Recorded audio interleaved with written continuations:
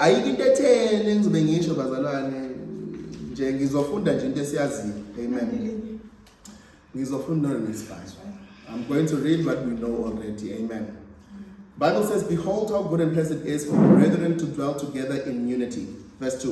It is like precious oil upon the head, running down the beard of Aaron, running down to the edges of his garment. Verse 3. It is like the dew of Hermon, descending upon the mountains of Zion. For there the Lord commanded the blessing, life forevermore. Hallelujah. Hallelujah. I guess Amen. Now, umuntu obhala leli verse bafethu, it is David. David Elana, he is writing this verse pondering upon how beautiful it is for brethren to be together in unity.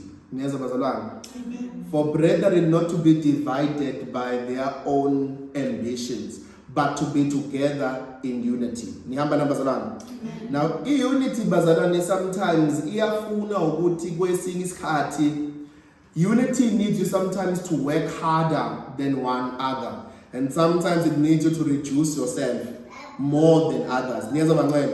Unity by nature and design iyafuna ukuthi noma wena uyi-sovereign individual ukwazi ukuthi uzama ukuyifitha kwi-agenda esisebenziselana sonke kuyona. Niyazwa bazalwane? Are you following me? Amen. So uthi uNkulunkulu uthi David, behold how good and pleasant it is for brethren, not just anyone, brethren, abantu abazalanayo ukuthi bahlale ndawonye ngokuthula nangokubumbana. Niyazwa bazalwane? Bahlale ndawonye ngokubambana. Uthi kwaze kwakuhle. uDavid nje mebuka shothi ubuka ukhuluma into ayayifisa nabafowabo. Amen. Niyazwa bazalwane? Ukhuluma into, he's talking about something he wanted to see with his own brothers, to say how good and pleasant, look at what we could have achieved if we were one. Amen. David is born, in total there's 8 of them. Look at what we could have achieved if we were together, so about 8. It did not have to be me alone, but as the Lord had called me, you guys could have been beneficiaries of what God is doing. Had we all come together in one accord into the benefit of what God had in store. Look how good and pleasant it is for brethren to dwell together in unity. Are you hearing me, Basalan? It is in unity where God commands a blessing. Amen. So you cannot expect to receive a blessing. There must be a sense of unity. There must be people that the Lord allocates around you, and you strive together in one accord to your destiny. Glory to God. Amen.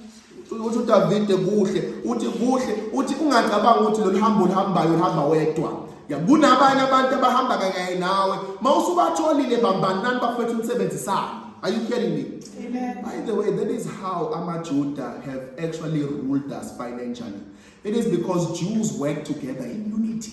Amen. With stock exchange, Nami, we have about 20 billion that is traded per day with JSC. 1 billion with stock exchange for Amajuda. Are you hearing me?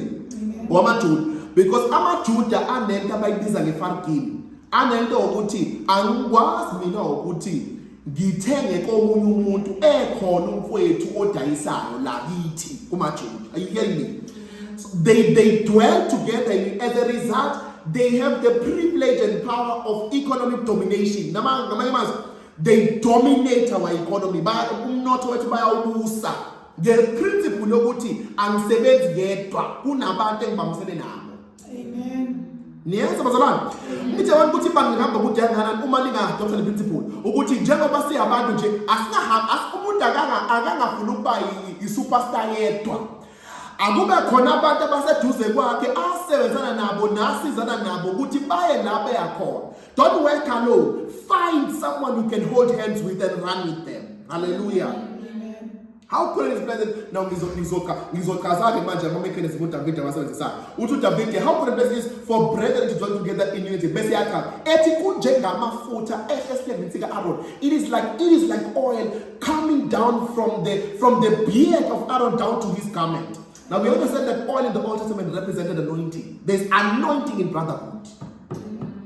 There's anointing in unity. You cannot unlock full anointing unless kunabantu abambisene nabo kune anointing kunogcobo lokuhlangana.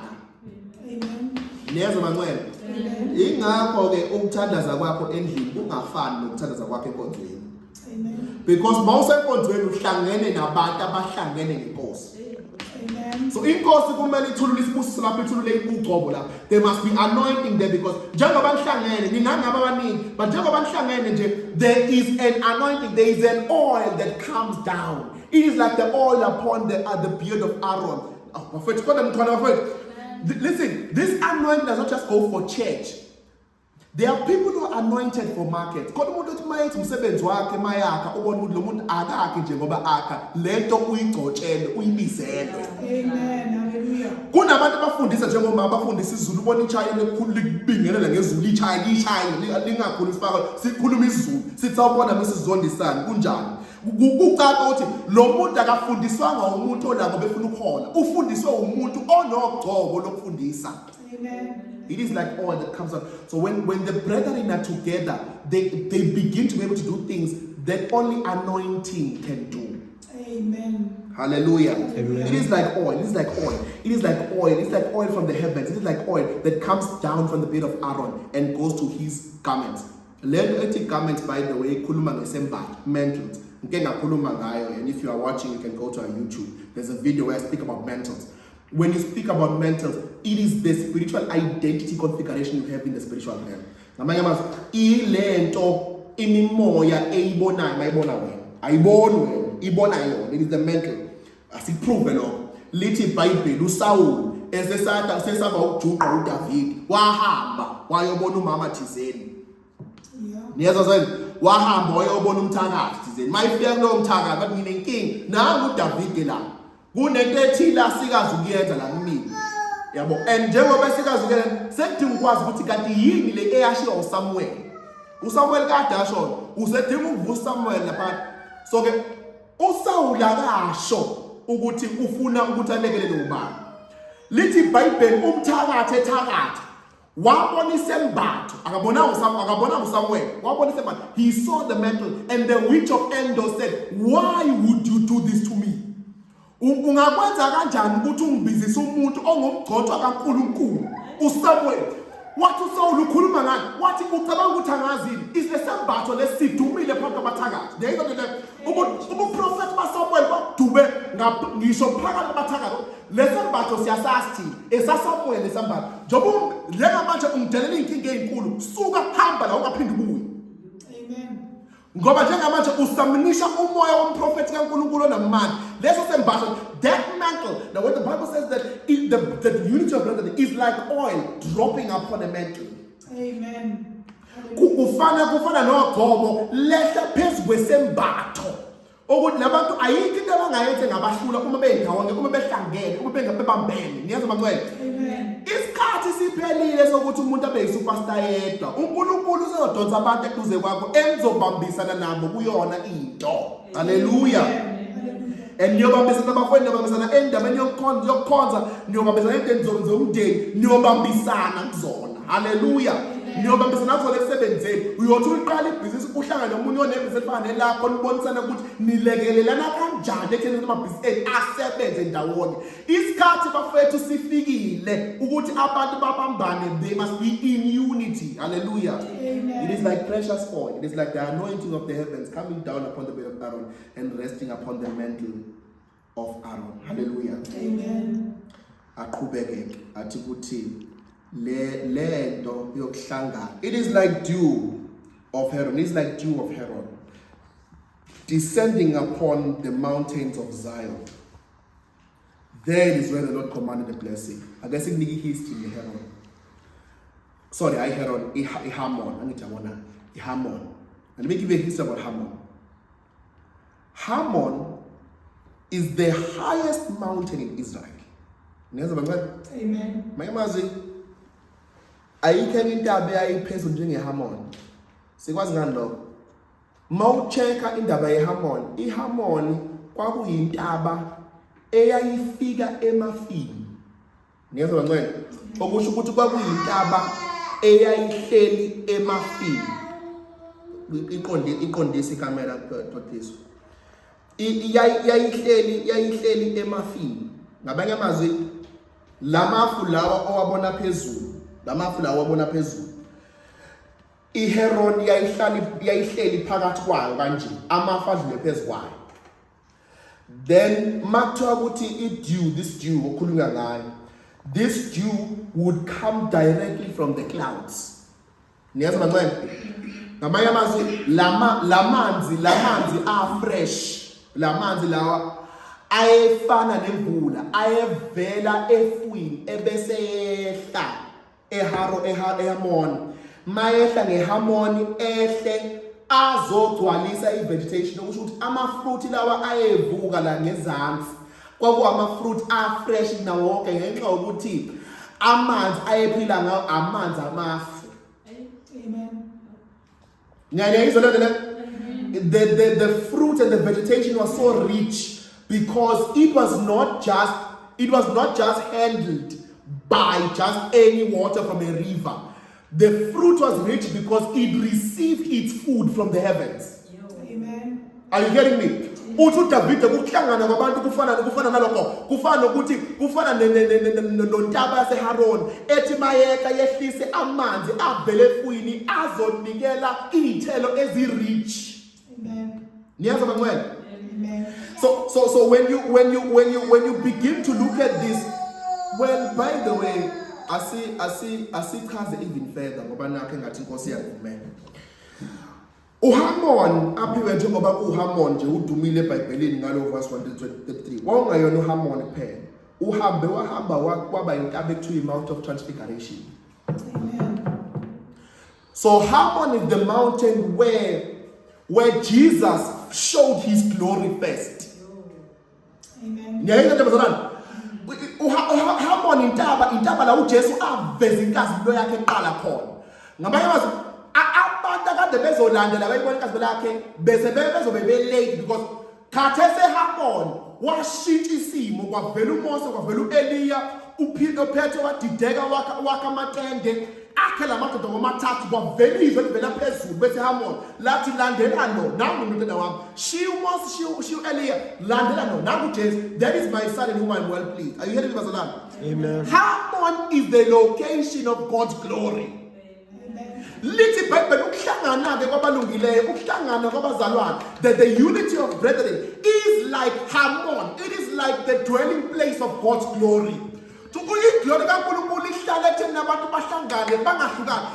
glory of God is based on the fact that people must be together, they must be one. When there is unity, the glory of God can descend. Amen. Hallelujah. It is when the glory of God cannot be found in division, by the way. And so if you glory eating in Davos izodinga iunity. Neza bangcwele.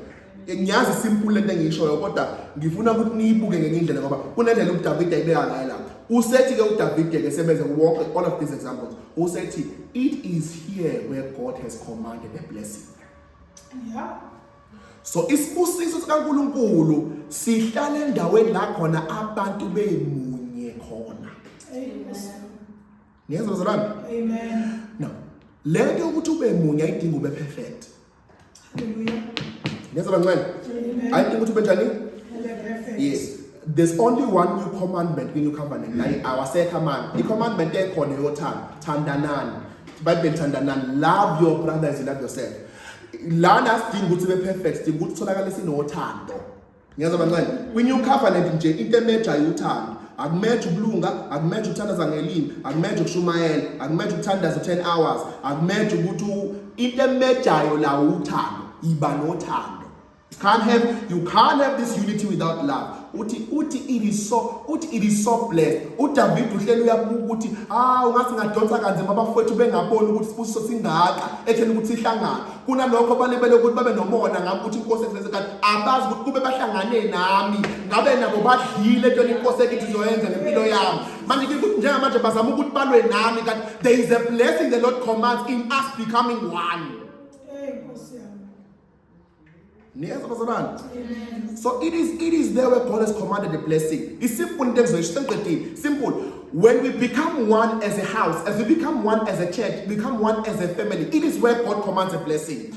Nalapha 10 years ushodoze luye khona kuyothatha 5. Nalapha 5 years kuyothatha 2 years. The Lord shall command a blessing. It is where the glory of God shall be. Uyolwela ulandle wena ongalwela kulo. Uyodabula phansi emhlabathini phakathi nolwandle abantu beminza kulona. Ngenxa ukuthi awuhambi wedwa, there is a unity you are walking with. The blessing of the Lord has been commanded. The glory of God is there. Amen. Amen. Hallelujah. Amen. So it is important. Pray that the Lord brings you people or ushers you to people ongahlanganyela nabo. Hallelujah. Amen. Hallelujah. Amen.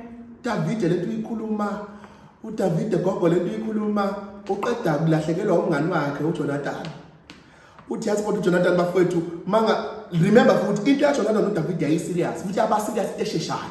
Because kwathi behlangana uJonathan ewundodana kaSawuli mabehlangana benoDavid basebenza a blood pact bathi mina ngiyogada wena uyogada mina, we will be brothers forever. Awungitshela umuntu angazalwa naye kodwa kwacaca ukuthi laba sebehlangene badlula abafana bakubo.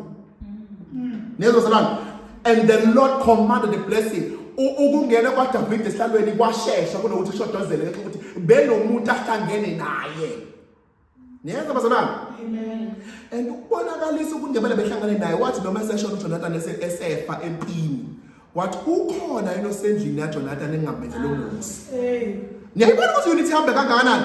Well, unity ithi noma kuthiwa ithi noma sifele umzalwane la obesikhonza naye lo kade sifele kodwa sinendaba nengane phela. Iphi ingane?